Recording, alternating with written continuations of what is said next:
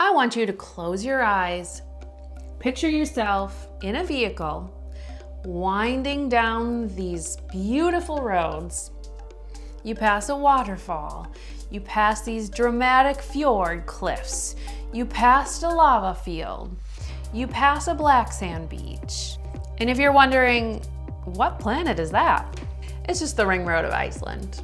Chances are, if you're planning a trip to Iceland, you've heard of the Ring Road. This is also known as the circle around the country, route number 1, the best road ever. That's just my nickname for it. But is it really worth doing? Driving all those hundreds of miles? In this video, I'm gonna be sharing why the Ring Road is an absolute must for your Iceland adventure. Hey, I'm Jeannie. I sold everything I owned and moved to Iceland, and I've been exploring every corner of this country for the past 10 years. I've written guidebooks and itineraries that have hundreds of 5-star reviews, and my mission is to help you plan the best trip ever. Let's get into it. Driving the Ring Road is like driving past different worlds every few hours. It's wild. In the south part of the country, you have a lot of waterfalls. Then you get into the east with the glaciers. Then you get into the north, which looks like Mars. So the benefit of driving the entire Ring Road is that you're not confined to one little area of the country. A lot of people will, especially on their first trip, do just the south coast. So they're only seeing the waterfalls, the black sand beach, and then they're turning around and going back and seeing all those same locations in reverse. The Ring Road truly gives you a taste of everything that Iceland has to offer. Another really good thing about why you would do the Ring Road is that you're gonna get a mix of those iconic sites mixed with the hidden gems or the places that less people are able to see. I don't know if you've ever done a Google image search of Iceland. This is actually one of the first things that I did when we were planning our honeymoon trip back in 2014. If you type Iceland in the Google image search bar, you are going to see a crazy mix of photos. And if you're anything like me, I'm gonna start pointing at places and saying, I wanna go here, here, here, here, here. The hard thing about that is if you only have a few days or if you're only going to stay in one little area of Iceland, it's gonna be impossible to see all those really cool places. But if you say, okay, I'm going to drive the Ring Road, then you can at least see maybe half of those places that you're seeing or get a better picture of the full country. One of my favorite things about the Ring Road is those hidden gems along the way. And so when you're driving, you're gonna have a chance to stop, pull over, see different things. And outside of the main tourist areas are some of those lesser known or lesser visited places. Now, I know that planning an Iceland road trip can feel overwhelming. There's so much to see and you don't want to miss anything important. That's exactly why I created my Iceland Ring Road travel guide and interactive map.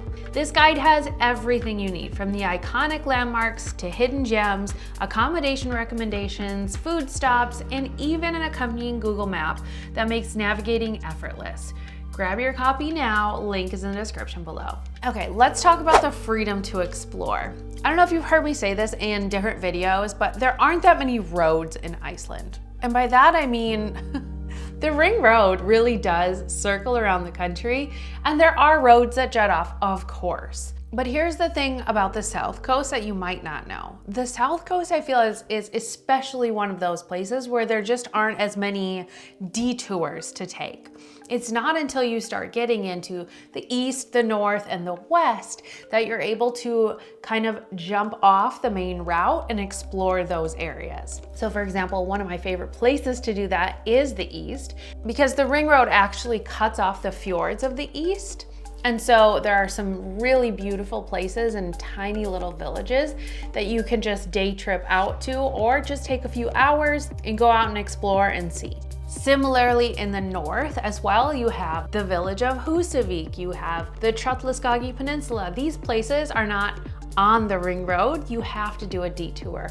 But when you drive the Ring Road, you can easily just jaunt off and explore these beautiful regions. Now, I know a lot of people do not want to tackle the Ring Road because it's a lot more driving in the car, and I understand that. And I know especially during those off-season months like November through March when it gets really snowy and the daylight hours are limited, they're not wanting to travel as far away from the beaten path. And that totally makes sense. But I just want to put it out there that it's absolutely possible to drive the ring road even in the winter. I do feel like you're gonna have to slow down the pace of your itinerary, especially when you get into the east and the north. But just know that those roads are maintained because people live around the ring road, people live out into those parts of the country, and so it is possible. And in fact, again, if you're coming during the winter and you really want to get away from the crowds, you could consider this as a strategy so that you're not surrounded by so many people and you're getting more of a quiet, authentic, off the beaten path experience.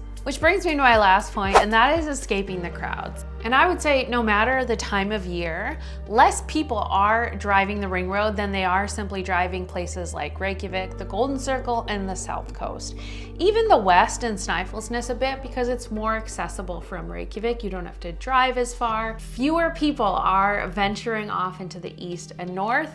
And so if you want a really nice, quiet, fewer people experience in Iceland, then you definitely want to do the ring road to experience these peaceful fjords and cute fishing villages. Hey, you might even get an opportunity to connect with the locals. Make sure to bring some of your Icelandic from the other videos that we've done. Okay friends, so what do you think?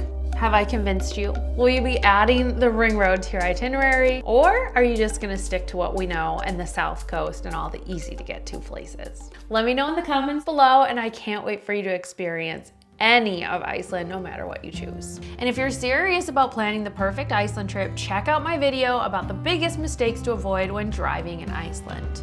I'll see you in the next video, but until then, happy planning.